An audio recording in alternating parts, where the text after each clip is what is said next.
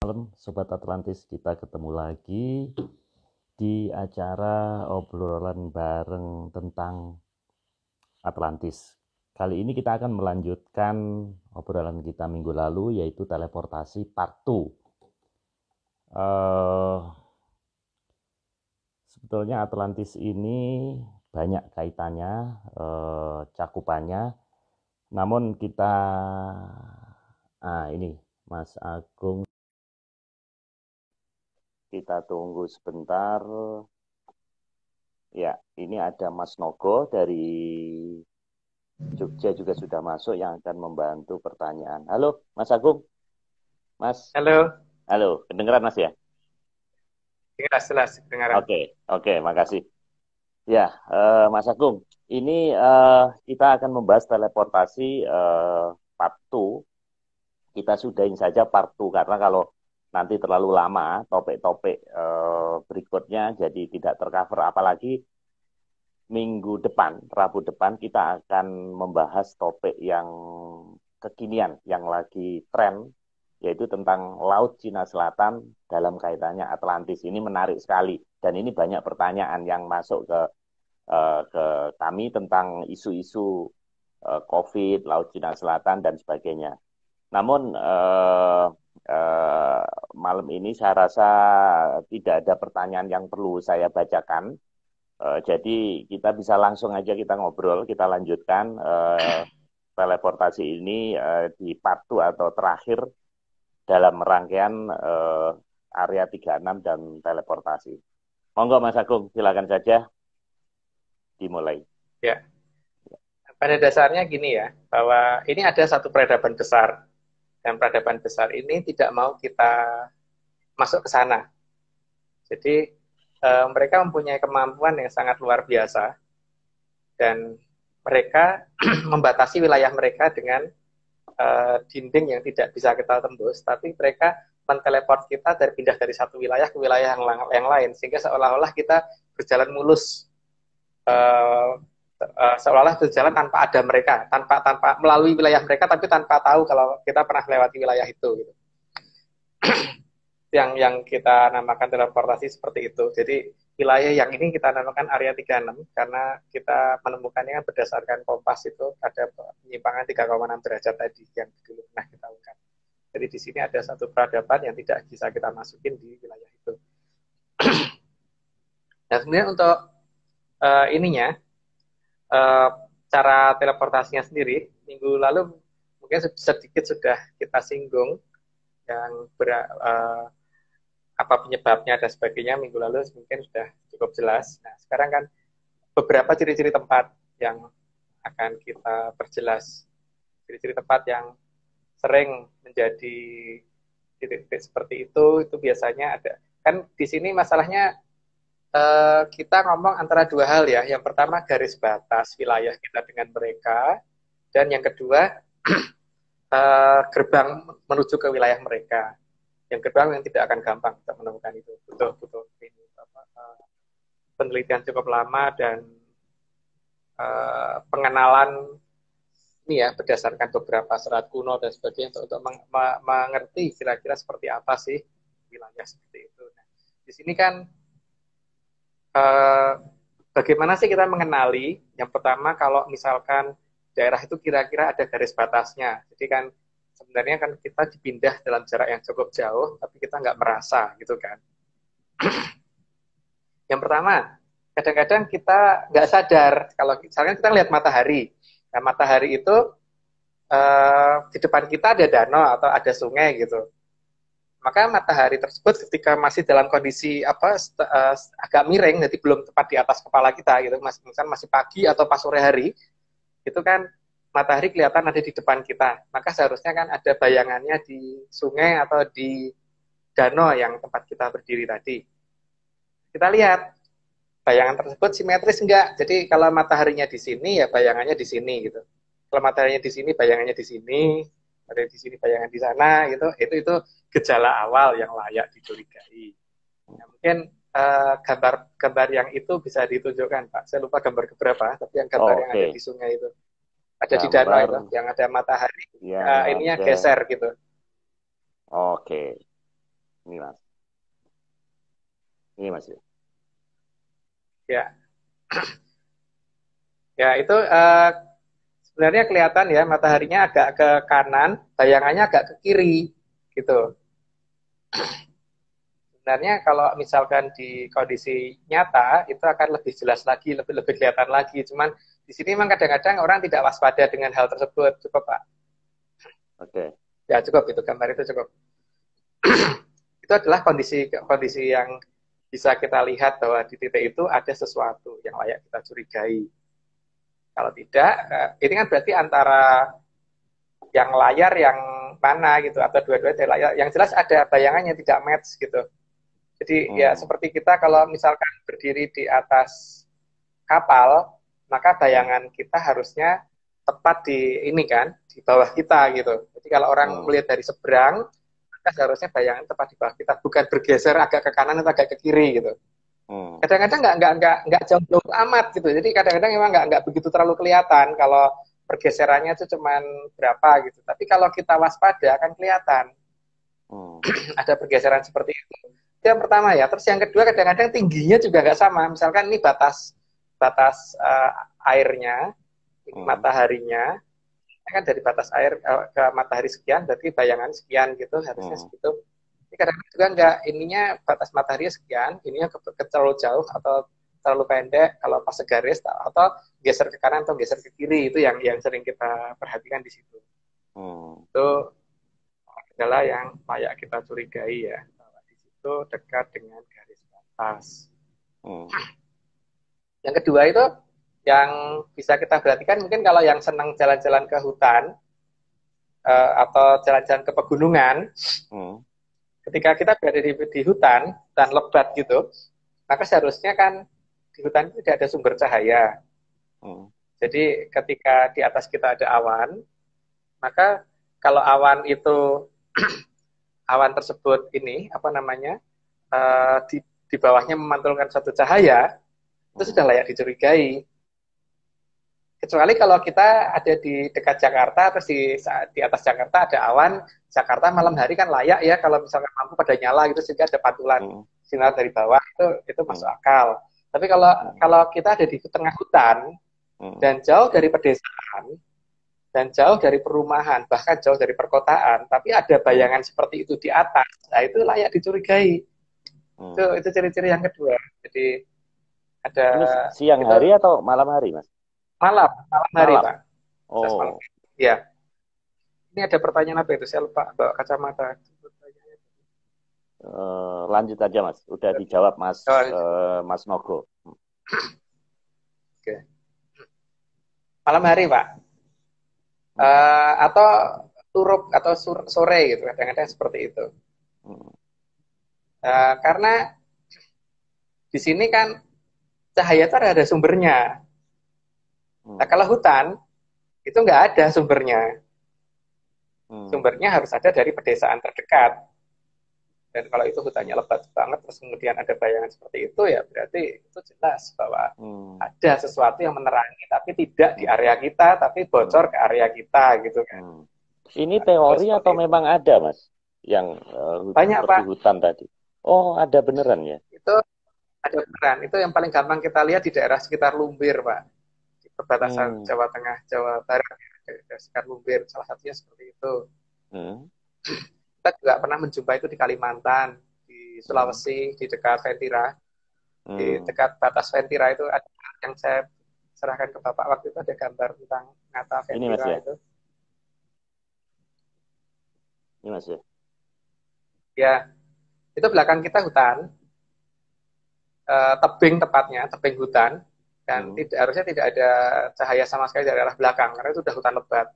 Nah, yang lucunya bisa agak mundur sedikit, Pak, dijauhkan dikit. Ya gitu. Oh, enggak gitu. Jelas ya. Ya itu di Ventira. Ventira itu ada di utara Palu. Utara cukup, Pak. Ya. Utara Palu.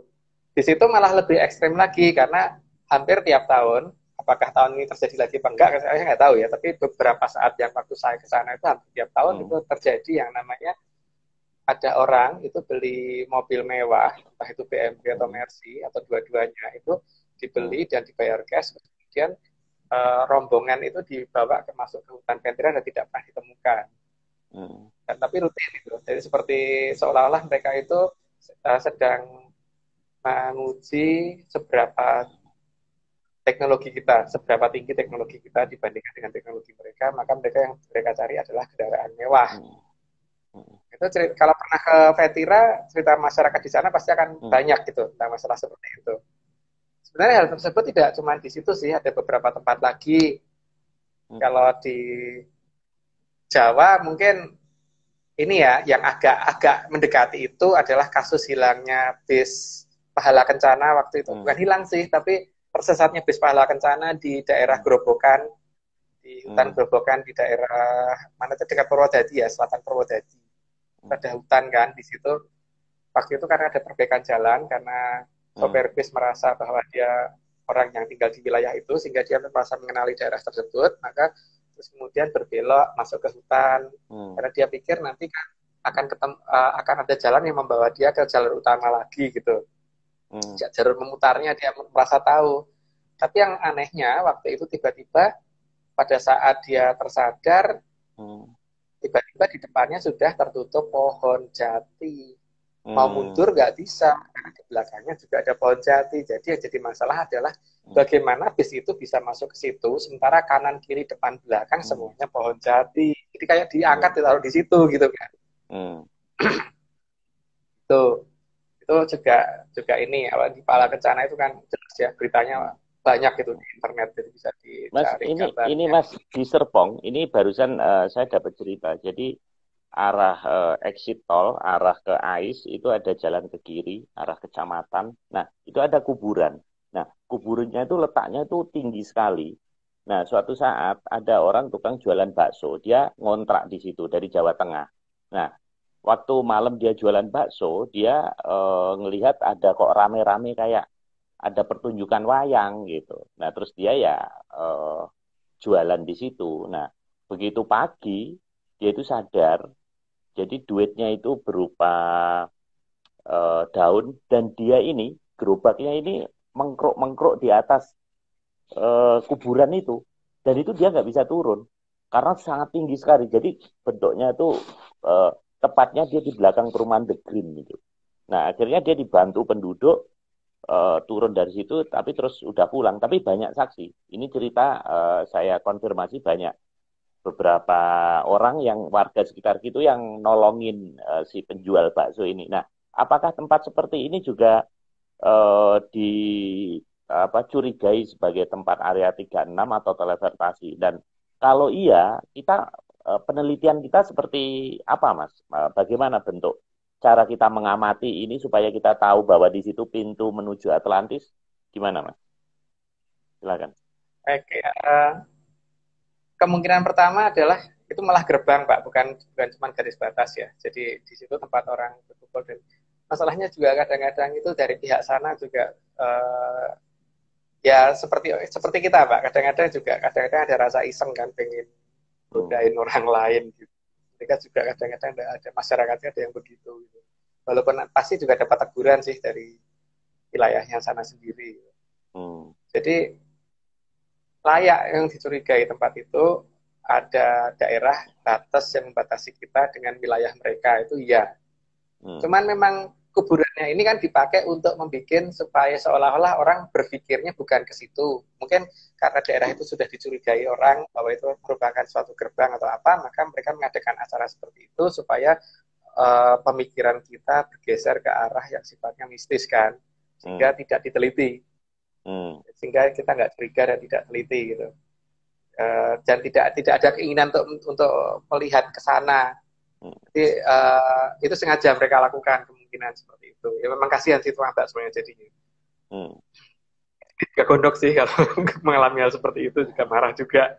Cuman kalau untuk meneliti seperti itu ya, itu yang pertama kan seperti yang pernah saya ceritakan itu bahwa di tempat-tempat seperti itu biasanya eh, terjadi ketidakwajaran. Jadi Hmm. misalkan kalau kita mencoba dengan menggunakan pistol air gitu. paling gampang kan pistol air ya, jadi dari samping kita video. Biasanya pola lompatan airnya tidak sama dengan kalau kita coba di daerah yang normal gitu. Yang pertama. Yang kedua, kalau kita ngelempar batu juga, kalau kita video, nanti kita sambil lihat pola lintasannya juga nggak akan sama. Jadi kita jangan mencoba pakai alat-alat yang rumit dulu deh Pak, yang gampang dulu. Jadi yang gampang itu kan pistol air, itu center kalau malam, dan sebagainya. Jadi pola, misalkan center kita sudah coba dulu, misalnya dalam rumah kita matiin, center kita nyalain, nanti pola dalam jarak sekian meter, pola lingkarannya seberapa. Gitu.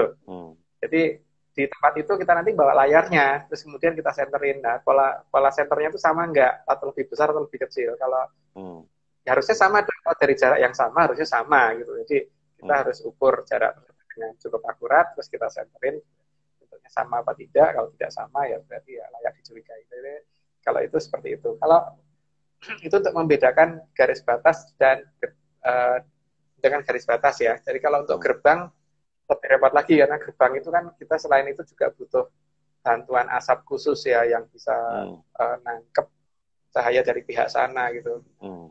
Dan biasanya adalah asap dari sesuatu yang tidak disukai oleh orang zaman sekarang. Gitu, karena dia ngelembek kan. Menyan ya Mas? Menyan, ya. Kalau saya, kalau orang lain mungkin cara lain ya. Tapi kalau dari pihak kita, dari pihak saya itu memang pakai cara seperti itu. Karena itu paling gampang dan paling murah. Biayanya paling murah gitu. Jadi yang kita butuhkan itu, karena kan seperti perlambangnya kan seperti yang ini Pak. Kalau kita melihat cerita wayang, kayak wayang kulit itu kan namanya wayang itu artinya bayangan. Jadi untuk melihat bayangan itu kita bukan melihat dari sisi tempat adanya si dalang, tapi dari seberangnya si dalang kan, di belakang layarnya gitu seharusnya. Dan layar itu warnanya putih, dan layar itu dia memberikan bayangan dari lampu blencong, istilahnya lampu blencong itu apa ya? Ya itu yang wayang yang apa? Lampu untuk penerang wayangnya itu. Kalau nggak ada layarnya itu nggak kelihatan seharusnya, namanya wayang. Maka butuh layar. Layar tadi kita butuh sesuatu yang warnanya putih, dan itu adalah yang kita cocok adalah asap. Nah, jadi itu untuk gerbang ya. Kalau untuk garis batas sih nggak butuh seperti itu, karena gerbang itu kan biasanya ada sinar dari arah sebelah sana, bukan dari sebelah sini. Gitu. Jadi kita butuh bantuan asap tadi, tapi tidak bisa asap. Ternyata yang kita coba kalau pakai asap yang lain nggak bisa, nggak pernah bisa. Jadi kita ya paling gampang pakai asap itu, gitu itu gitu ya, karena orang pada nggak suka dengan nama itu gitu soalnya. Tuh, jadi biasanya memang tempat-tempat seperti itu ada banyak keanehan seperti itu yang banyak terjadi. Gak kadang-kadang di tempat tersebut kasus di mana ada orang hilang berapa lama, tiba-tiba kembali lagi. Dia merasa baru pergi sekian jam, tapi ternyata sudah sekian minggu, sekian bulan, atau bahkan sekian tahun gitu. Atau seperti kasus yang ada di Weleri itu. Di Weleri itu ada cerita bahwa di suatu tempat itu di dekat Weleri itu sering banget terjadi. Supir bis itu salah melihat, dikirain itu posisi masuk ke tol. Jadi dia merasa belok kiri itu menuju jalan yang mau masuk ke tol. Ternyata di tengah sawah berhentinya.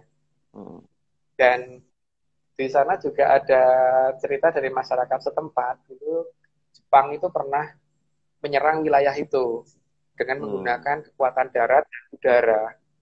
Dan korban dari pihak Jepang itu banyak banget. Itu masyarakat sana yang tua-tua itu pada cerita itu. Dan lucunya yang diserang itu kuburan, Pak. Lucu banget, kuburan kok diserang pakai pesawat. Pakai ini gitu. Jadi tapi lucunya kan pihak Jepang banyak korbannya, berarti kan ada tembakan balasan itu. Ada tembakan balasan dan bisa memakan korban cukup banyak dari pihak Jepang. Bahkan katanya banyak pesawat jatuh di sana waktu itu. Itu mungkin bisa dikonfirmasi kok. Di Weleri terkenal itu wilayahnya, cuma saya lupa nama desanya apa. Jadi kalau dari arah Jakarta sebelah kiri jalan. Kalau dari arah Semarang berarti sebelah kanan jalan gitu. Gitu. Jadi Di situ itu bahkan pernah ada nelayan 3 orang, saya lupa namanya siapa sih. Waktu itu mereka mencari ikan bertiga, terus kapalnya terbalik. 2 nelayan selamat bisa pulang, yang satunya enggak. Suatu ketika yang 1 orang ini pulang pesen sepeda motor sebanyak 1 kontainer dibawa ke sana. Jadi bapaknya bingung, tapi udah dibayar lunas. Ya, yang lucunya kan akhirnya 1 kontainer itu hilang di situ. Jadi berarti beli sekontainer-kontainernya gitu dibayar. Dan cerita-cerita kayak gini ini sebenarnya cukup banyak di negara kita.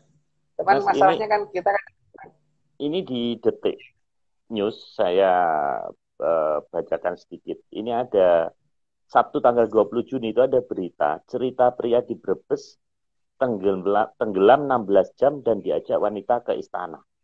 Seorang pria asal Brebes bernama Tarjono mengaku kan tenggelam di sungai. Petani ini mengaku diajak keliling desa dan istana di desa dan istana selama 3 hari oleh seorang wanita cantik dan sebagainya. Dan dia sebelum kecebur ke sungai itu dia lepas baju, kemudian waktu di dalam sungai dia tiba-tiba seperti terlempar ke dalam seperti istana atau daerah di mana semua orang tuh menunduk, tapi dia bilang dia kenal, tapi kok diem saja gitu. Nah, setelah dia diajak ke suatu tempat, tiba-tiba dia sadar kayak ada teriakan, terus kemudian dia timbul lagi di di permukaan sungai dalam keadaan telanjang juga karena bajunya di pinggir sungai. Nah, itu selama 16 jam. Nah, itu area seperti ini apa juga bisa ditengarai daerah area 36 dan kita kalau rekan-rekan dekat dengan lokasi ini apa yang harus dilakukan? Artinya eksperimen apa yang harus dilakukan, Mas? Atau justru eksperimen itu berbahaya? Silakan. gini Pak, ini kan memang sudah hampir mendekati waktunya mungkin ya Atlantis untuk mulai kelihatan kembali ya. Jadi makanya mungkin di kalangan mereka juga mungkin tidak sabar. Di sana memang rumahnya gede-gede Pak, jadi tidak seperti ukuran rumah-rumah kita. Jadi kalau masuk di salah satu rumah yang paling jelek aja itu mungkin rumah mewahnya di sini bahkan mungkin bisa seperti lebih dari istana di sini gitu karena memang ya lewat kaya dan lewat makmur masyarakat di sana. Kalau untuk masyarakatnya sendiri ya ya kita bisa lihat ya di perkotaan yang orangnya serba kopen gitu Pak, serba perawatannya bagus gitu pasti untuk mencari orang yang jelek itu susah. Bukan mencari orang yang cantik susah, bisa orang cari orang yang jelek yang susah. Itu wilayah di sana kan memang daerah yang semuanya serba ada, teknologi serba tinggi dan sebagainya sehingga serba kelihatan sangat ini. Jadi memang tidak ada yang jelek. Untuk kalau dikatakan bertemu orang yang cantik berarti memang benar. Berarti dia masuk ke wilayah itu dan masuk ke wilayah itu karena ada yang ngajak. Tapi apakah itu di istana atau tidak? Belum tentu itu di istana karena rumah biasa saja sudah sangat mewah di sana. Ya seperti gini ya, kalau orang di pedesaan gitu, seperti saya gitu, misalkan tiba-tiba diajak orang ke daerah, misalkan daerah Menteng gitu, itu kan rumahnya mewah-mewah Pak. Jadi ada rumahnya Mangkubono 9 yang dipakai untuk tempatnya HP10 kalau pas ke Jakarta itu memang gede banget rumahnya, bagus. Orang yang belum pernah lihat rumah mewah itu sudah dianggap seperti istana kan Pak. Gitu. Tapi ada istana itu ada lagi gitu.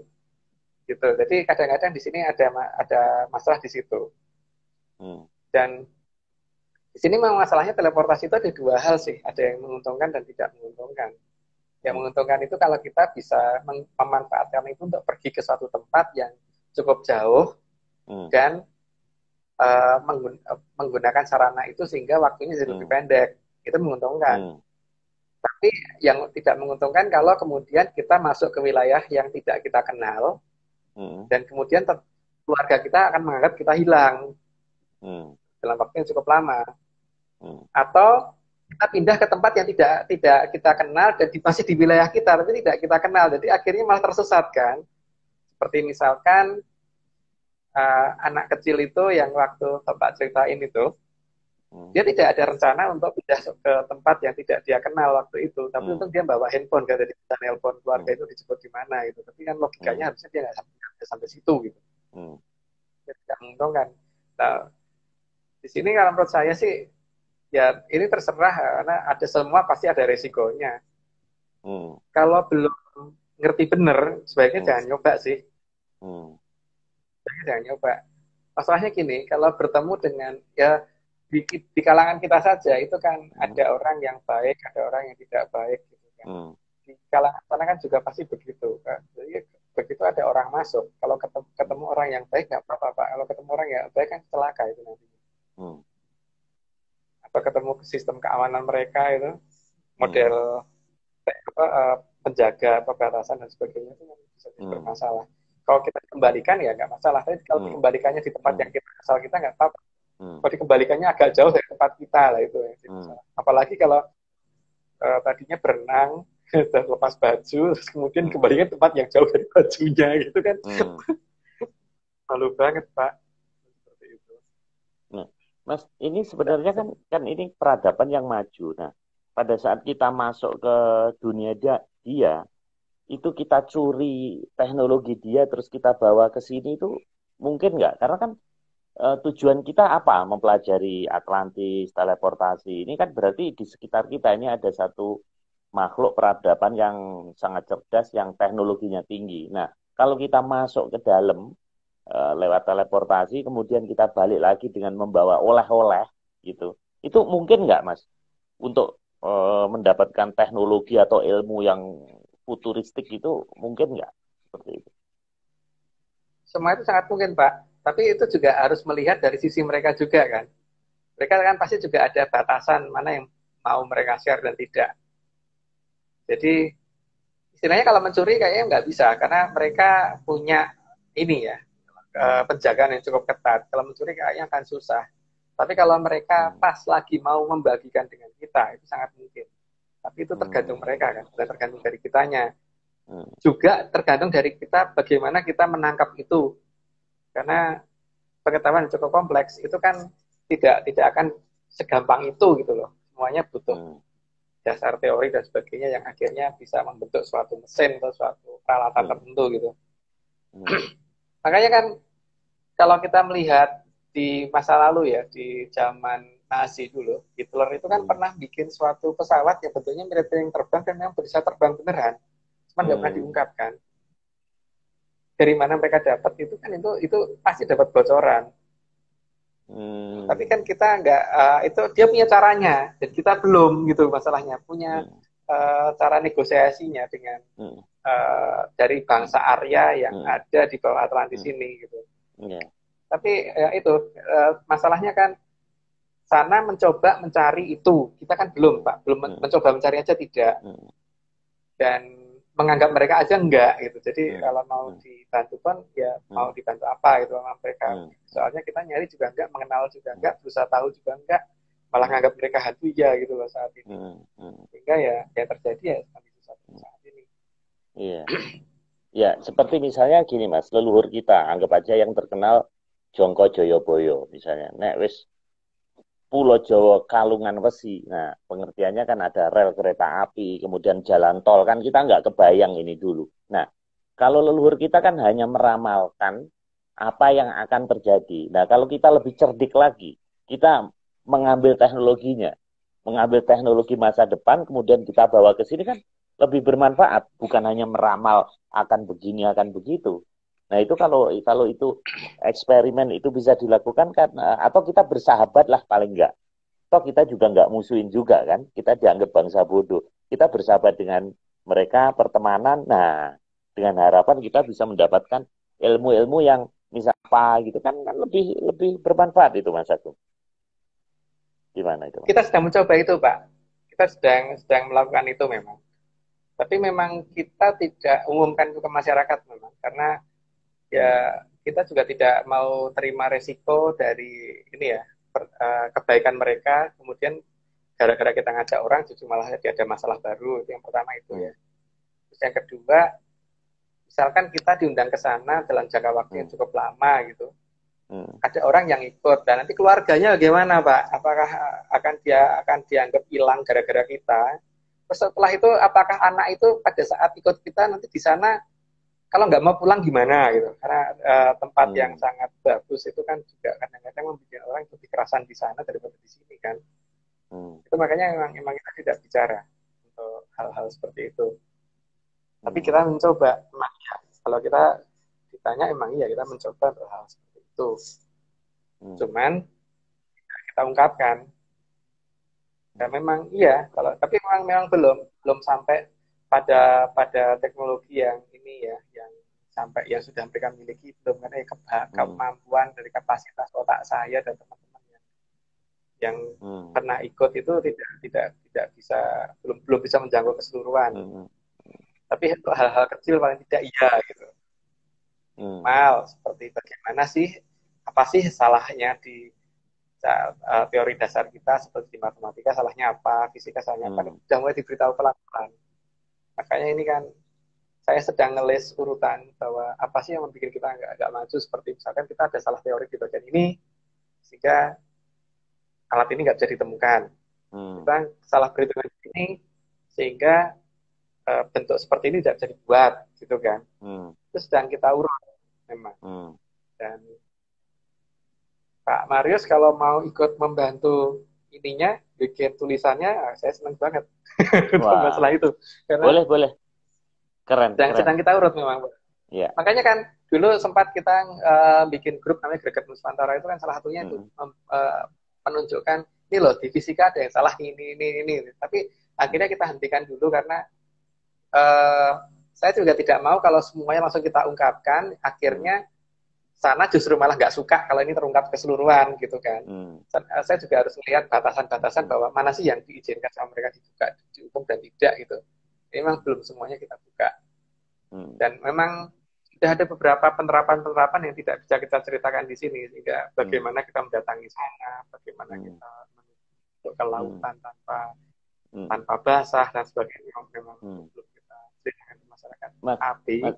Mas Agung, ini di film Star Trek, sebetulnya teleportasi ini ada. Nah, ini saya menemukan namanya transporter.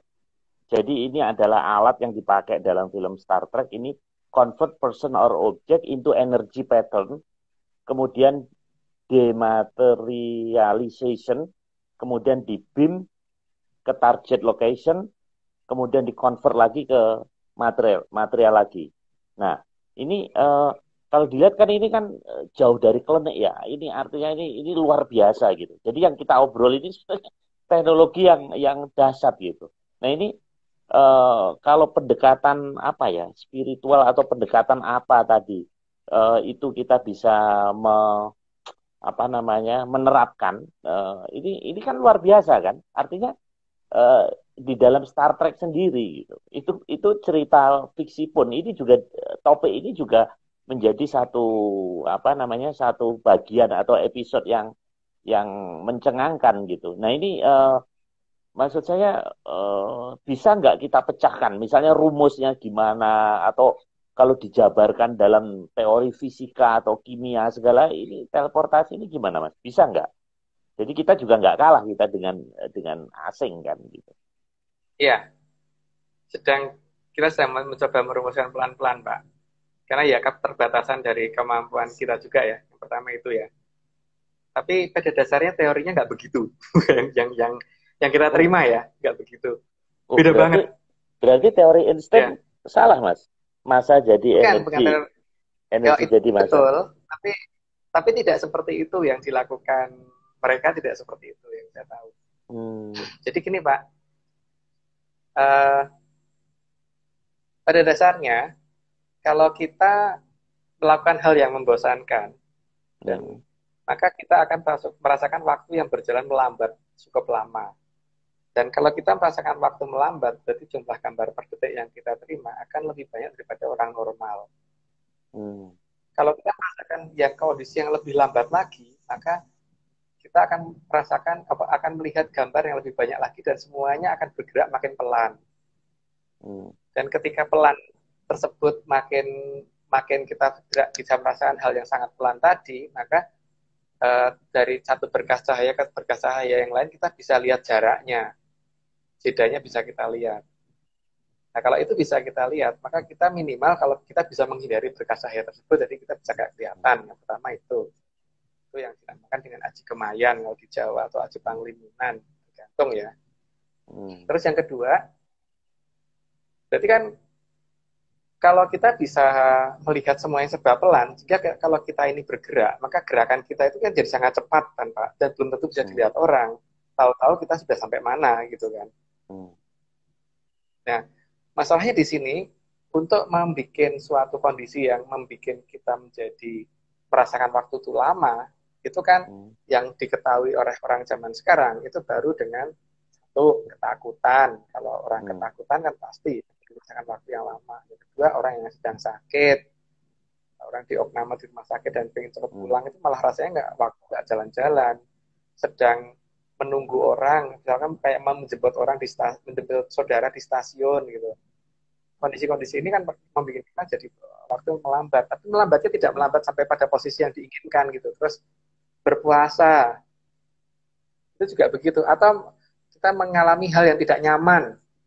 Ya pada intinya kalau kita mengalami hal yang tidak nyaman, maka kita akan merasakan waktu melambat. Nah, hal yang tidak nyaman itu bisa dilakukan dengan duduk yang tidak enak, dengan mendengarkan suara yang tidak enak, ada gangguan getaran frekuensi yang tidak membuat kita tidak nyaman dan sebagainya. Dan mereka sudah ngerti di frekuensi di berapa dan di getaran di berapa dan di gangguan dengan sinar yang seperti apa, membuat orang tidak nyaman. Ketidaknyamanan ini membuat kita menjadikan waktu melambat dan sehingga pada saat dia bergerak satu langkah itu jadi jauh banget Pak. Gitu.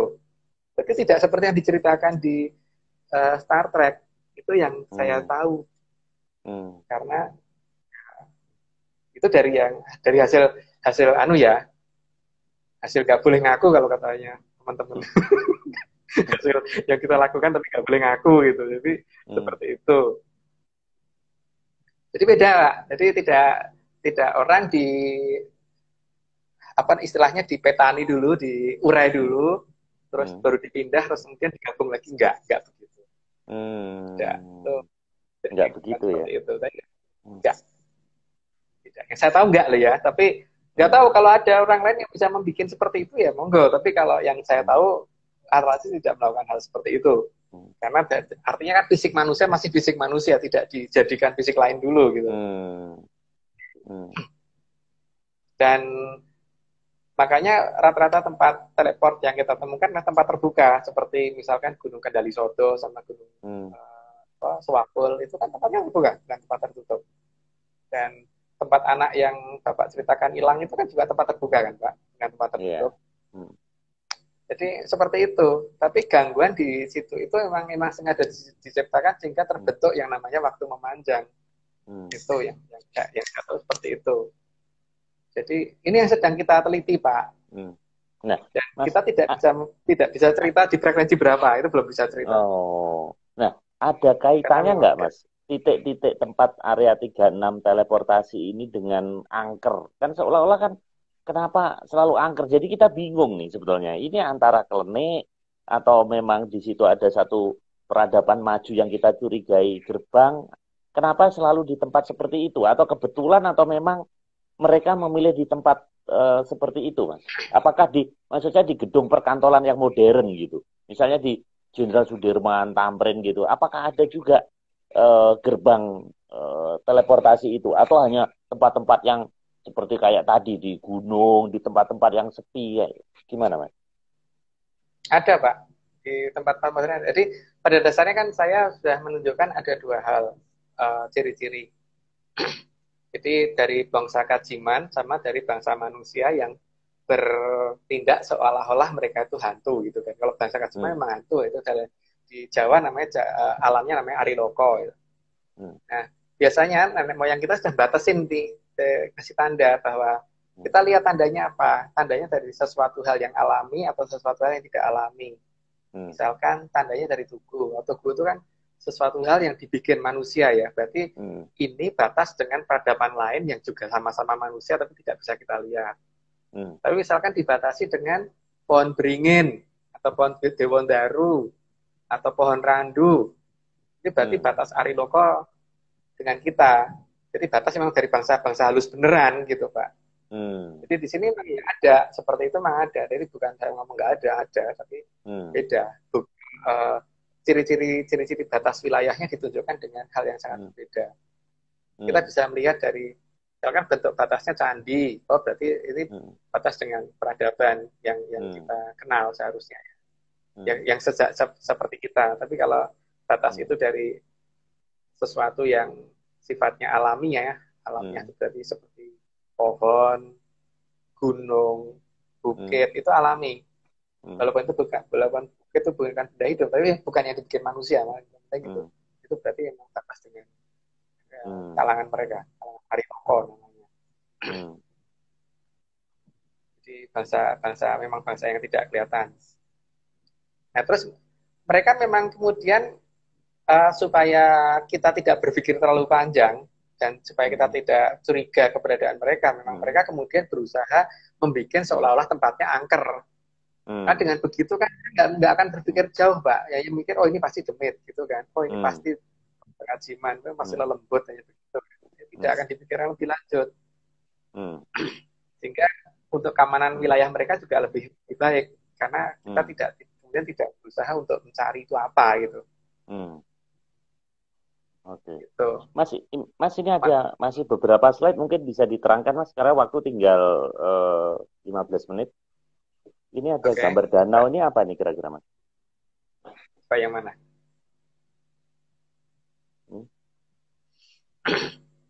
Oh itu.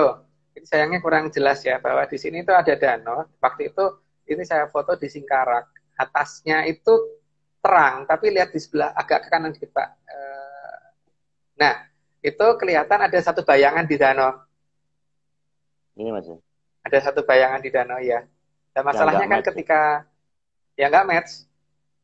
Langit cukup cerah. Di atas danau itu memang ada sedikit awan. Tapi awan masih harusnya tidak ada bayangan khusus kayak gitu tuh nggak ada. Kalau ada awan seharusnya bayangannya lebih banyak lagi, tidak terfokus di satu titik seperti itu gitu. Itu menunjukkan daerah situ di tengah danau itu di lokasi itu harusnya ada tempat untuk teleportasi gitu Pak. Maksudnya seperti itu. Oke. Itu di Danau Singkarak ya. Saya foto di Danau Singkarak. Nah ini satu lagi kabut nih. Ada kayak kabut ini. Coba mana Pak? Ya. Itu juga di Danau Singkarak waktu itu. Jadi saya ngelihat di situ ada kabut.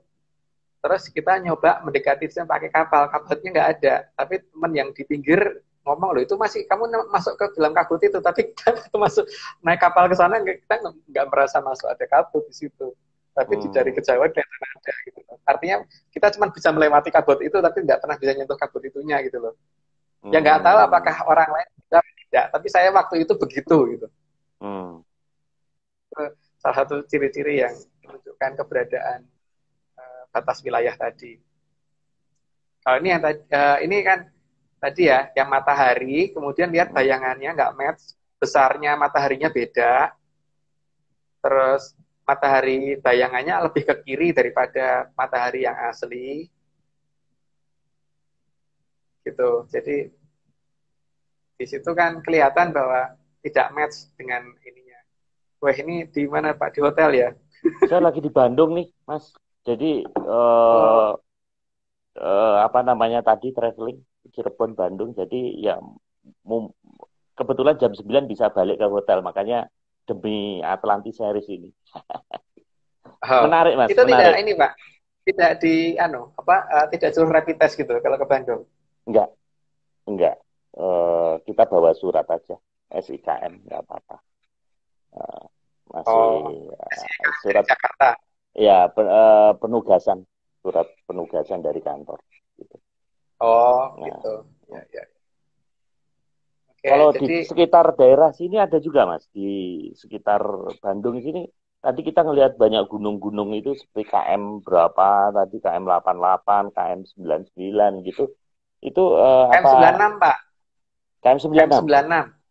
Ya, Wah, KM 96 itu ada Gunung Hejo kalau nggak salah. Itu juga nah ya. daerah itu makanya di daerah situ yang sering terjadi kecelakaan kan Pak.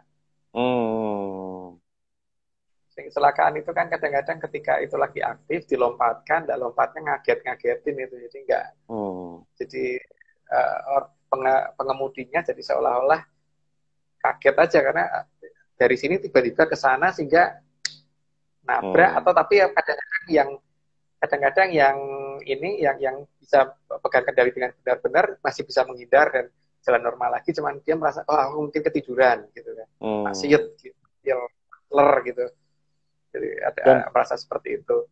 tempat-tempat seperti itu kenapa berulang Mas ya? Maksudnya sering terjadi gitu ya. Artinya Emang jadi sebenarnya kita bisa mengidentifikasi sebenarnya ya, karena berulang bisa. dan di tempat itu terus ya.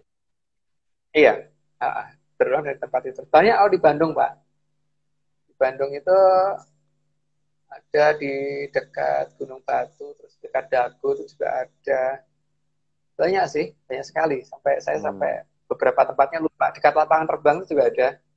Hmm. Dekat Pusat Sastra Negara di dekat Komplek TNI AU Sukaraja 2 itu ada juga. Hmm. Sudah kita amati. Tapi ya itu, susah kita ceritakan. Karena kadang-kadang gini, Pak. Pada saat kita foto, itu Hmm. kelihatan bahwa tidak match antara matahari dan bayangan matahari gitu kan. Hmm. Nah, ketika kita ngajak orang rame-rame ke sana kita foto, ternyata bayangannya match. Jadi Hmm. yang jaga memang nggak mau ketahuan kan. Tapi suatu Hmm. ketika kita datang lagi ke situ sendirian, kita foto seperti yang awalnya, jadi tidak seperti ketika kita ngajak rombongan. Hmm. Atau malah pas kita foto kondisi sendirian ternyata normal, tapi pas banyak orang kita foto kelihatan miring, itu juga pernah. Jadi Hmm. secara nggak sengaja kita ajak teman jalan-jalan ke satu titik tempat gitu, jadi seperti itu nah kita coba itu di dekat lelakon, itu malah lebih ekstrim lagi Pak, itu GPS saja geser itu. Di dekat lelakon itu Hmm. ada titik di Hmm. mana GPS tidak berjalan dan kompas itu berhenti. Terus kira-kira sekitar 500 sampai 700 meter dari Lelakon, Gunung Lelakon Hmm. itu kita Hmm. pernah GPS kita sampai bingung ya, karena waktu itu Hmm. kita lihat kan di GPS tuh nggak ada gambar-gambar kayak yang di kartu remi itu kan Pak, klaver, Hmm. heart, Hmm. pajak, itu keluar Pak gambar itu. Kita video sih Hmm. waktu itu. Nanti kapan-kapan kalau videonya ketemu ya kita ini. Wah, Itu itu bisa perlu keluar Mas seperti itu. dicari dicari videonya itu menarik itu pembahasannya kalau ada Ya. bukti-bukti gitu. Ya. Cuman untuk yang GPS bisa berhenti itu saya tahu persis posisinya di mana, dan Hmm. kompas di situ berhenti itu cuman ada di Hmm. lingkup yang kira-kira cuman 1 meter kalau nggak salah itu. Jadi kalau Hmm. kita kelewatan lokasi itu ya udah normal lagi, nanti kompas dan GPS akan normal lagi. Tapi Hmm. itu masa apal dekat banget dengan Gunung Lelakon yang kita curigai jadi salah Hmm. satu piramid Nah, yang terbesar di Indonesia. apakah itu nggak berbahaya untuk sistem navigasi, Mas ya? Tempat-tempat seperti itu ya? Kapal atau pesawat Ya pasti terbang itu apa berbahaya, apa Pak. bahaya ya? Hmm. Ya pasti berbahaya. Makanya kan untungnya lokasi-lokasi seperti itu biasanya nggak dilalui penerbangan, Pak. Nggak Hmm. dilalui penerbangan biasanya. Jadi ya mereka juga ngerti ya, kira-kira sekian tahun lagi kita akan mengenal peradaban dengan menggunakan pesawat terbang, sehingga lapangan Hmm. terbang kira-kira akan ada di sana, sehingga gerbang yang Hmm. dibuka sebelah sini supaya tidak mengganggu dan tidak dicurigai gitu. Mereka sudah Hmm. menghitung itu semua Hmm. gitu. Sebenarnya ini, Mas, kalau kita berpikir ekstrim ya, kalau kita pengen mengejar ketertinggalan ini kan negara kita kan katanya negara ketertinggalan ya dibandingkan dengan negara lain. Ternyata di sekitar kita itu banyak teknologi yang bertebaran. Nah, saya masih penasaran bagaimana caranya kita mendownload. Anggap aja kita nggak ke sana lah gitu loh. Tapi di gerbang itu kita bisa bagaimana mengambil ngerogoh gitu misalnya dari sana, kemudian kita bawa ke sini satu teknologi aja gitu. Nah, itu kan membuat kita jadi dihormati bangsa kita ini gitu. Dibandingkan ya ini cara shortcut lah. Toh ini juga tetanggaan dengan kita gitu. Nah, ini mungkin nggak Mas eksperimen seperti itu? Itu sangat mungkin, tapi tergantung dari kita sendiri sih sebenarnya. Bahwa kita menganggap mereka itu apa gitu kan. Pertama itu dulu kan Pak. Ketika kita masih menganggap mereka itu hantu ya tidak mungkin dibukakan jalur itu kan mereka. Hmm. Kalau kita ngerogoh itu nggak mungkin, tapi kalau mereka memberikan sangat mungkin. Dan kita Hmm. hanya bisa meminta kan sebenarnya. Hmm. Dan minta dengan karena kebaikan mereka itu bisa kita minta. Hmm.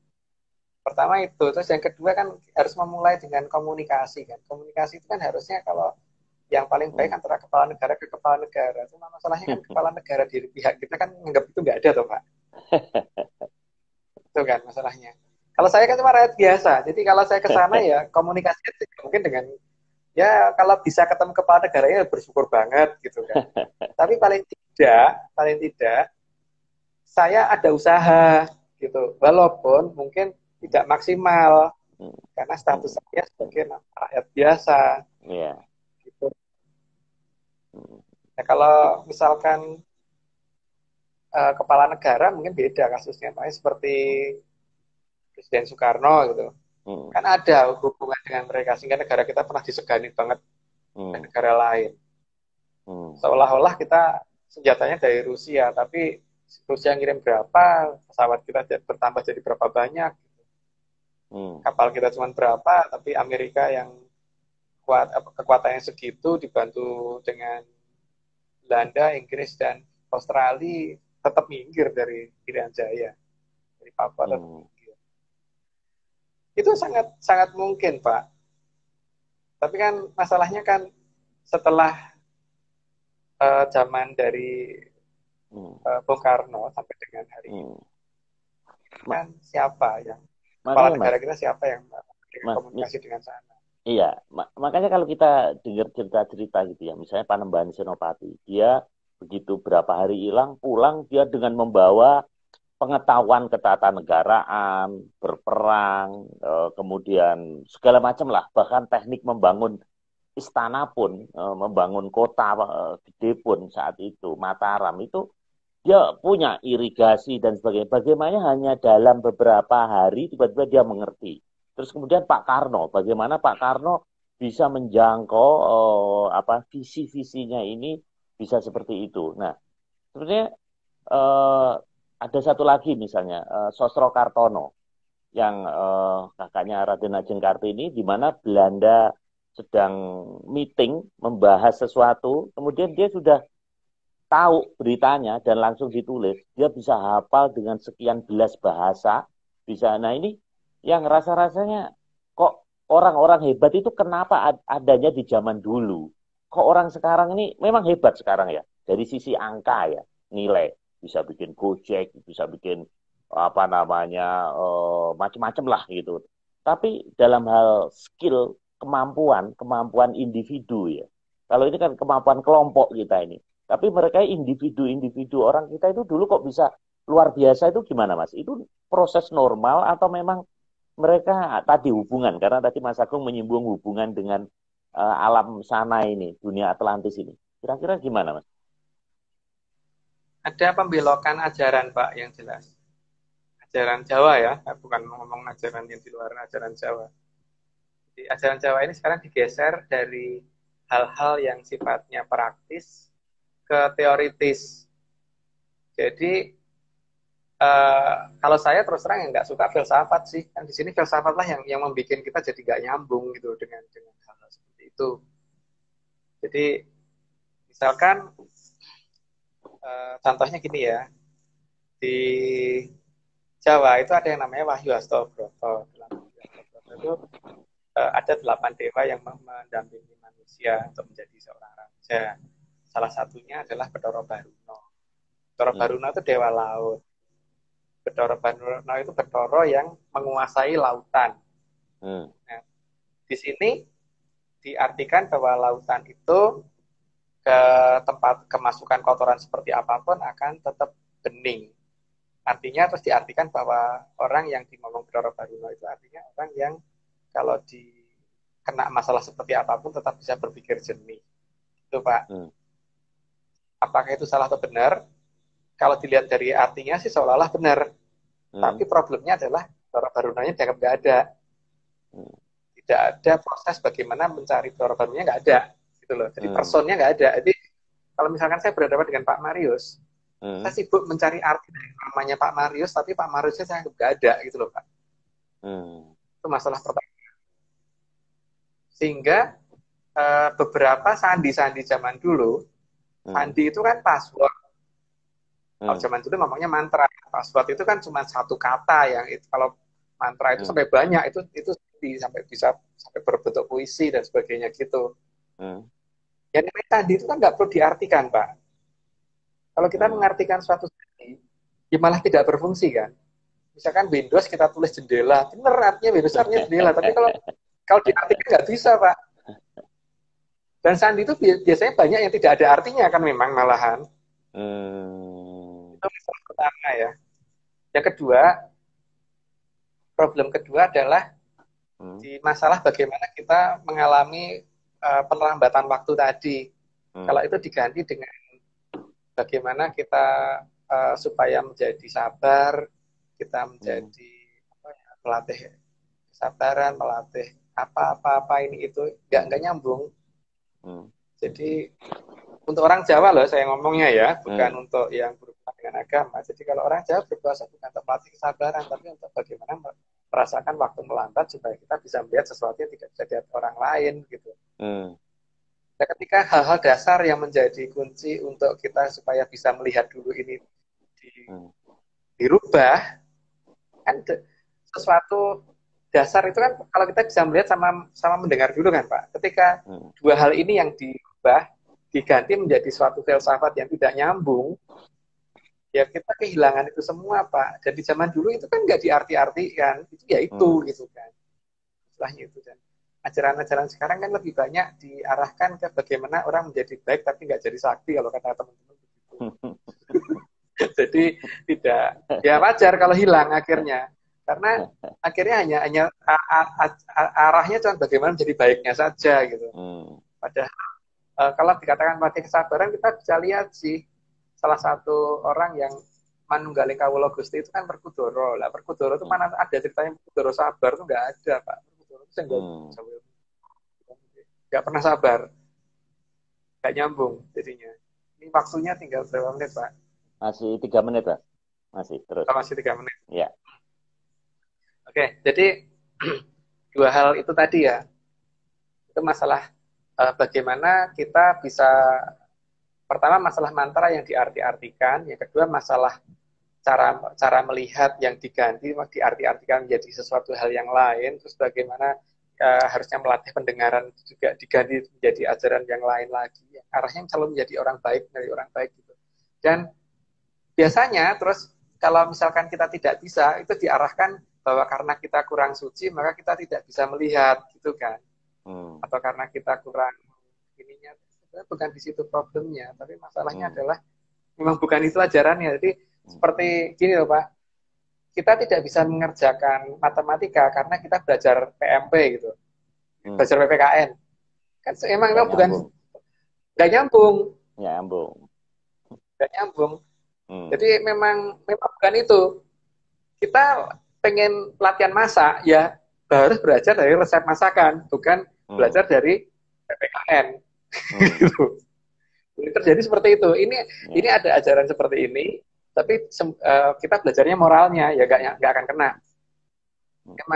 Memang moral penting, tapi itu bukan itu gitu loh. Jadi seperti misalkan kita bikin memperbaiki mobil gitu. Memperbaiki mobil itu ada aturannya gini, ada mesin kunci ini, kunci itu, terus ini bagian mesin itu, ada namanya masing-masing, ada bagiannya masing-masing gitu.